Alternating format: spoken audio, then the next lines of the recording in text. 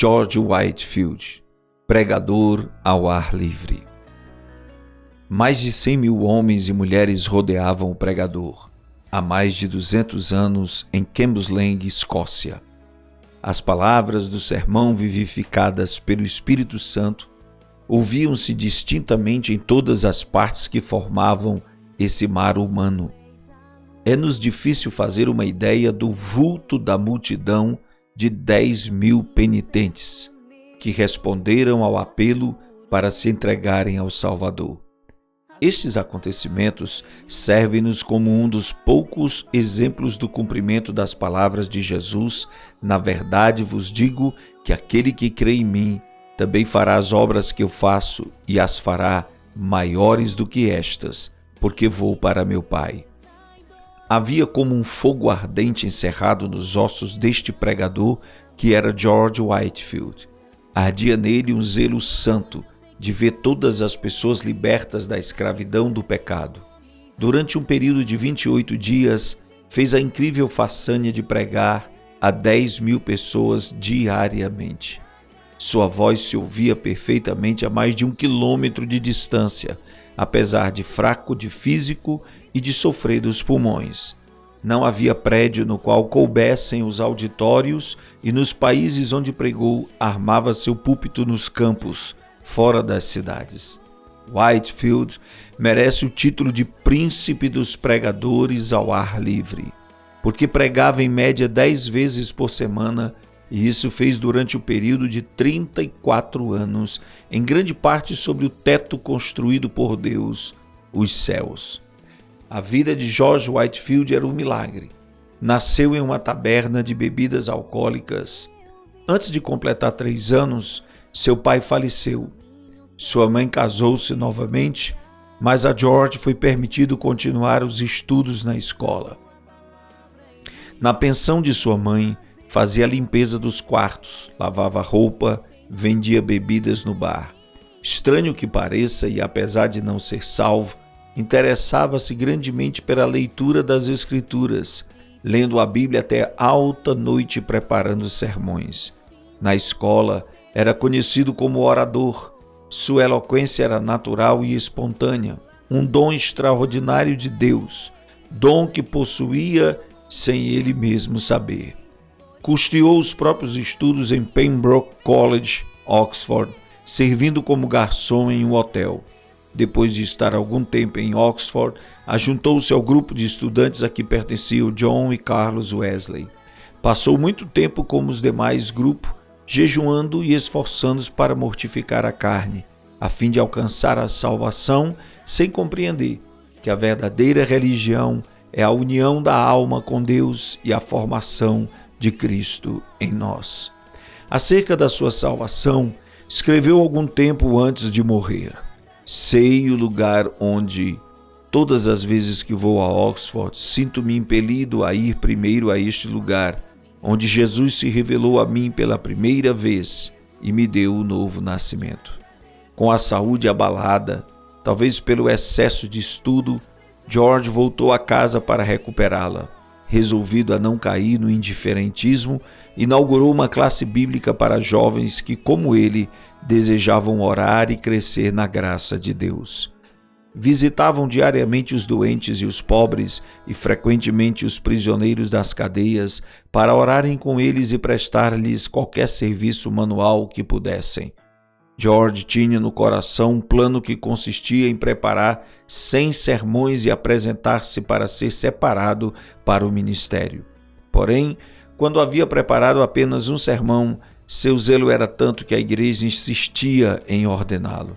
Tendo apenas 21 anos, apesar de ser regra não aceitar ninguém para tal cargo com menos de 23 anos.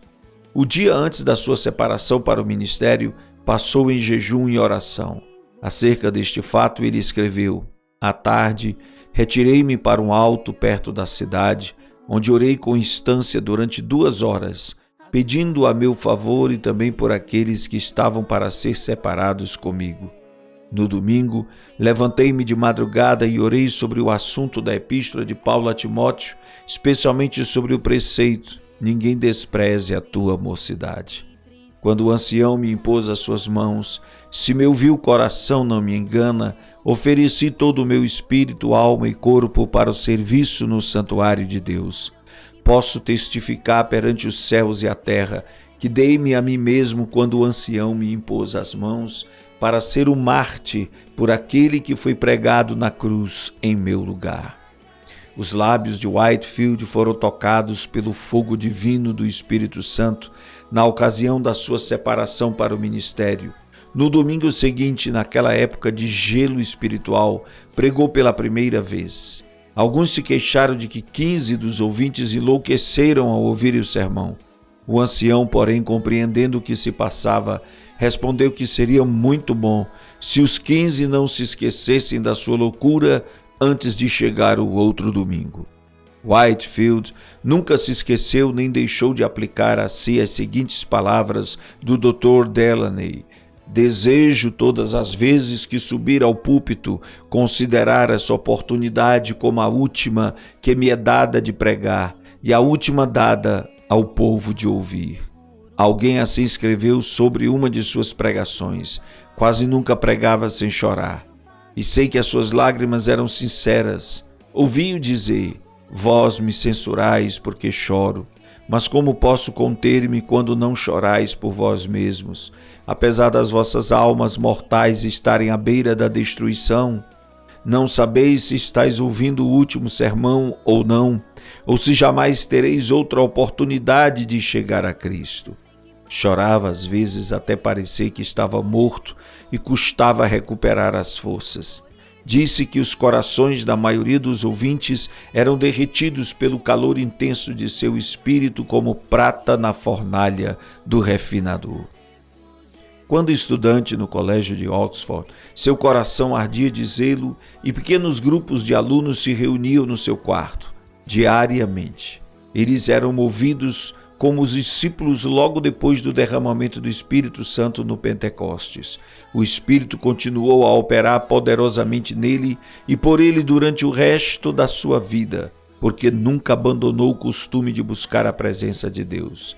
Dividia o dia em 3 partes: 8 horas sozinho com Deus e em estudos, 8 horas para dormir e as refeições, 8 horas para o trabalho entre o povo.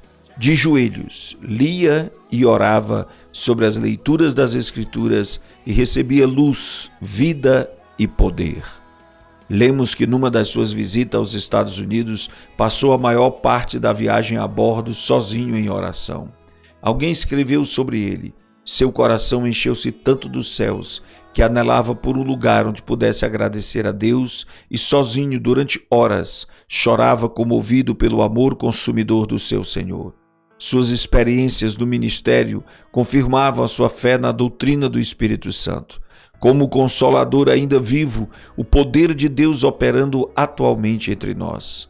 A pregação de George Whitefield era feita de forma tão vívida que parecia quase sobrenatural. Conta-se que certa vez, pregando a alguns marinheiros, descreveu um navio perdido num furacão.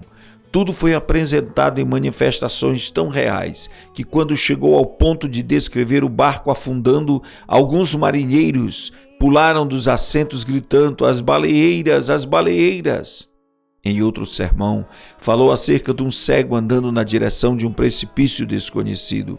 A cena foi tão real que, quando o pregador chegou ao ponto de descrever a chegada do cego à beira do profundo abismo, o camareiro Mor Chesterfield, que assistia, deu um pulo gritando: meu Deus, ele desapareceu.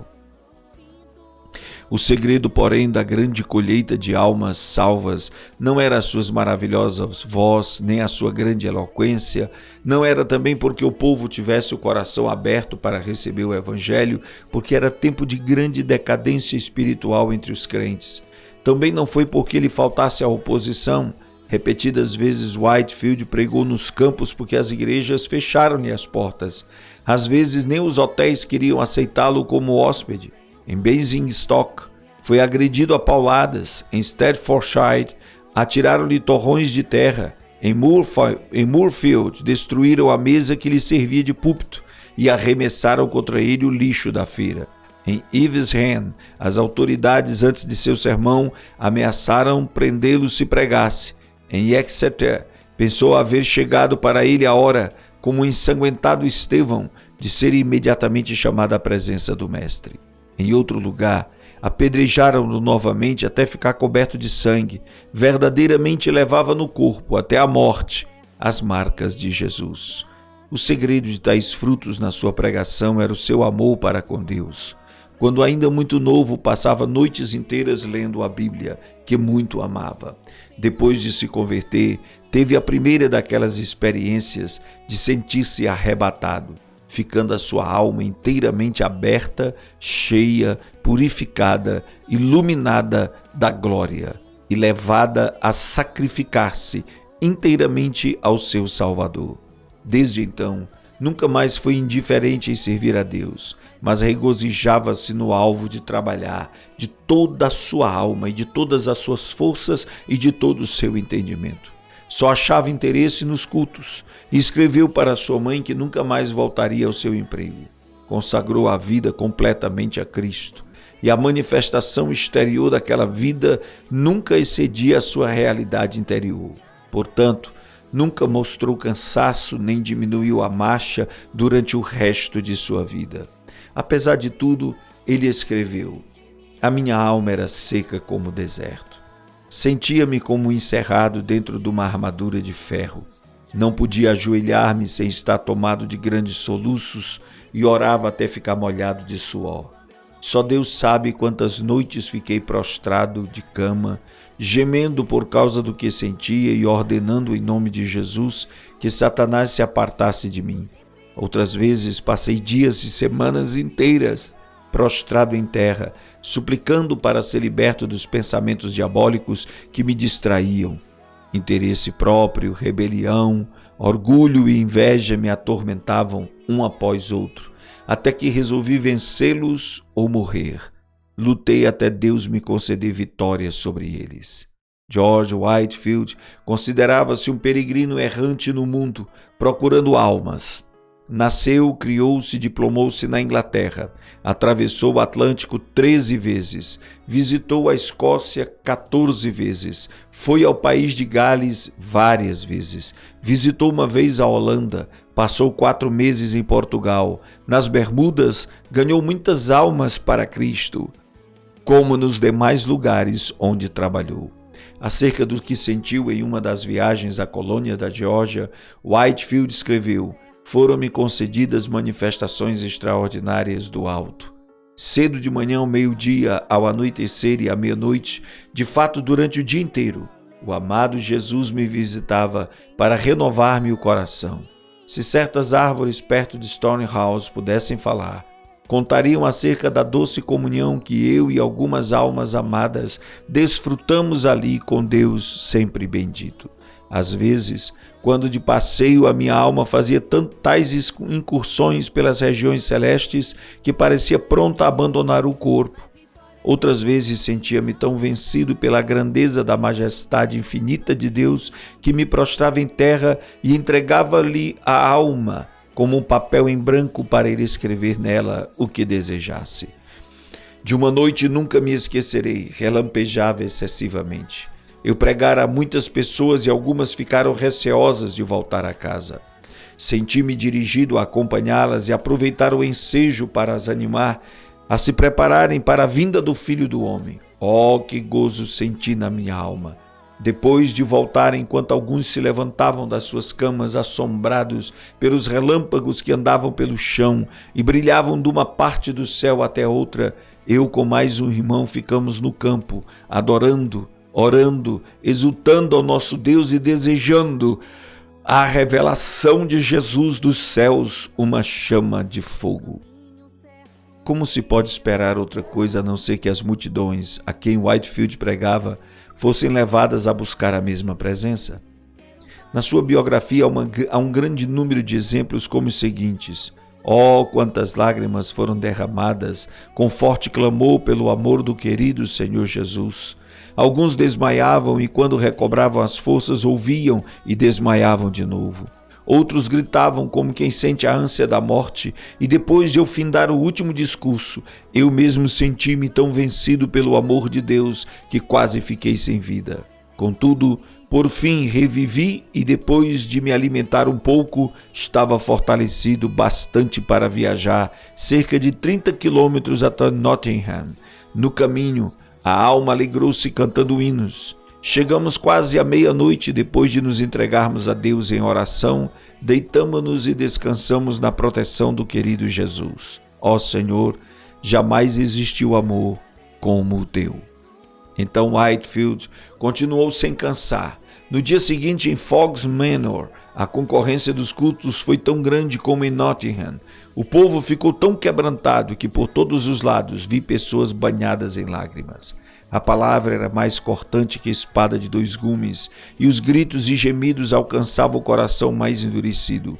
Alguns tinham semblantes pálidos como a palidez da morte, outros torciam as mãos cheios de angústia, ainda outros foram prostrados ao chão, ao passo que outros caíam e eram amparados nos braços de amigos.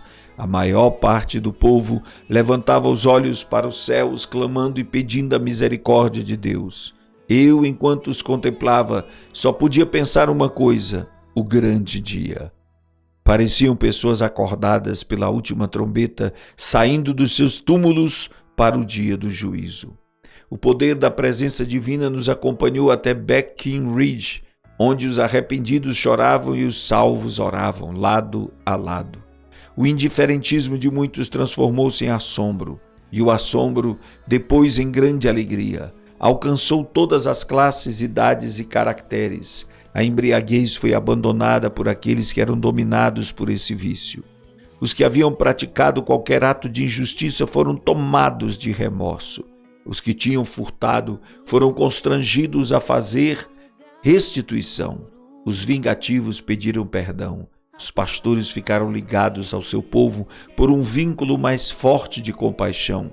O culto doméstico foi iniciado nos lares. Os homens foram levados a estudar a palavra de Deus e a terem comunhão com seu Pai nos céus. Mas não foi somente os países populosos que o povo afluiu para o ouvir. Nos Estados Unidos, quando eram ainda um país novo, ajuntaram-se grandes multidões dos que moravam longe um do outro. Nas florestas, o famoso Benjamin Franklin, no seu jornal, assim noticiou essas reuniões. Quinta-feira, o reverendo Whitefield partiu de nossa cidade, acompanhado de 150 pessoas a cavalo, com destino a Chester, onde pregou a 7.000 ouvintes mais ou menos. Sexta-feira pregou 2 vezes em Williamstown, a quase 5.000. No sábado, em Newcastle, pregou a cerca de 2.500 e na tarde, no mesmo dia, em Christiana Bridge, chegou a quase 3.000. No domingo, em White Clay Creek, pregou 2 vezes, descansando uma meia hora entre os sermões, a 8.000 pessoas, das quais cerca de 3.000 tinha vindo a cavalo. Choveu a maior parte do tempo, porém todos se conservaram em pé ao ar livre. Como Deus estendeu a sua mão para operar prodígios por meio de seu servo, vê-se no seguinte. Num estrado perante a multidão, depois de alguns momentos de oração em silêncio, Whitefield anunciou de maneira solene o texto: é ordenado aos homens que morram uma só vez, e depois disto vem o juízo. Depois de curto silêncio, ouviu-se um grito de horror vindo de um lugar entre a multidão. Um pregador presente foi até o local da ocorrência para saber o que tinha acontecido. Logo voltou e disse: irmão Whitefield, estamos entre os mortos e os que estão morrendo. Uma alma imortal foi chamada à eternidade. O anjo da destruição está passando sobre o auditório. Clame em alta voz e não cesse. Então foi anunciado ao povo que um dentre a multidão havia morrido. Então Whitefield leu a segunda vez o mesmo texto.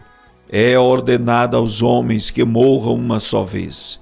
Do local onde a senhora Huntington estava em pé veio outro grito agudo. De novo, um tremor de horror passou por toda a multidão, quando anunciaram que outra pessoa havia morrido. Whitefield, porém, em vez de ficar tomado de pânico como os demais, suplicou graça ao ajudador invisível e começou com eloquência tremenda a prevenir os impenitentes do perigo. Não devemos concluir contanto que ele era ou sempre solene ou sempre veemente. Nunca houve quem experimentasse mais formas de pregar, do que ele. Apesar da sua grande obra, não se pode acusar Whitefield de procurar fama ou riquezas terrestres. Sentia fome e sede da simplicidade e sinceridade divina. Dominava todos os seus interesses e os transformava para a glória do reino do seu Senhor. Não ajuntou ao redor de si os seus convertidos para formar outra denominação, como alguns esperavam. Não, apenas dava todo o seu ser, mas queria mais línguas, mais corpos, mais almas a usar para o Senhor Jesus. A maior parte de suas viagens à América do Norte foram feitas a favor do orfanato que fundara na colônia da Geórgia. Vivia na pobreza e esforçava-se para granjear o necessário para o orfanato. Amava os órfãos ternamente, escrevendo-lhes cartas e dirigindo-se a cada um pelo nome. Para muitas dessas crianças ele era o único pai, o único meio de elas, órfãos, de elas terem o sustento. Fez grande parte da sua obra evangelística entre os órfãos e quase todos permaneceram crentes fiéis, sendo que um bom número deles se tornaram ministros do evangelho. Whitefield não era de físico robusto, desde a mocidade sofria quase constantemente, anelando muitas vezes partir e estar com Cristo. A maior parte dos pregadores acham impossível pregar quando estão enfermos como ele. Assim foi que aos 65 anos de idade, durante sua 7ª viagem à América do Norte, findou a sua carreira na terra. Uma vida escondida com Cristo em Deus e derramada num sacrifício de amor pelos homens. No dia antes de falecer, teve de se esforçar para ficar em pé. Porém, ao levantar-se em Exeter, perante um auditório demasiado grande para caber em qualquer prédio, o poder de Deus veio sobre ele e pregou como de costume, durante 2 horas. Um dos que assistiram disse que seu rosto brilhava como o sol. O fogo aceso do seu coração no dia de oração e jejum, quando da sua separação para o ministério, ardeu até dentro dos seus ossos e nunca se apagou. Certo homem eminente dissera a Whitefield: "Não espero que Deus chame o irmão breve para o seu lar eterno, mas quando isso acontecer, regozijar-me-ei ao ouvir o seu testemunho." O pregador respondeu: "Então ficará desapontado. Morrerei calado. A vontade de Deus é dar-me tantos ensejos para testificar dele durante minha vida, que não me serão dados outros na hora da morte." E sua morte ocorreu como dissera. Depois do sermão em Exeter, foi a Newburyport para passar a noite na casa do pastor. Ao subir para o quarto de dormir, virou-se na escada e, com a vela na mão, proferiu uma curta mensagem aos amigos que ali estavam e insistiam em que pregasse. Às 2 horas da madrugada acordou, faltava-lhe o fôlego e pronunciou para o seu companheiro as suas últimas palavras na terra: "Estou morrendo." No seu enterro, os sinos da igreja de Newburyport dobraram e as bandeiras ficaram a meia haste. Ministros de toda a parte vieram assistir aos funerais. Milhares de pessoas não conseguiram chegar perto da porta da igreja por causa da imensa multidão. Conforme seu pedido, foi enterrado debaixo do púlpito da igreja. Se quisermos os mesmos frutos de ver milhares salvos como George Whitefield os teve, temos de seguir o seu exemplo de oração e dedicação. Alguém pensa que é tarefa demais? Que diria George Whitefield, junto agora com os que levou a Cristo, se lhe fizéssemos essa pergunta?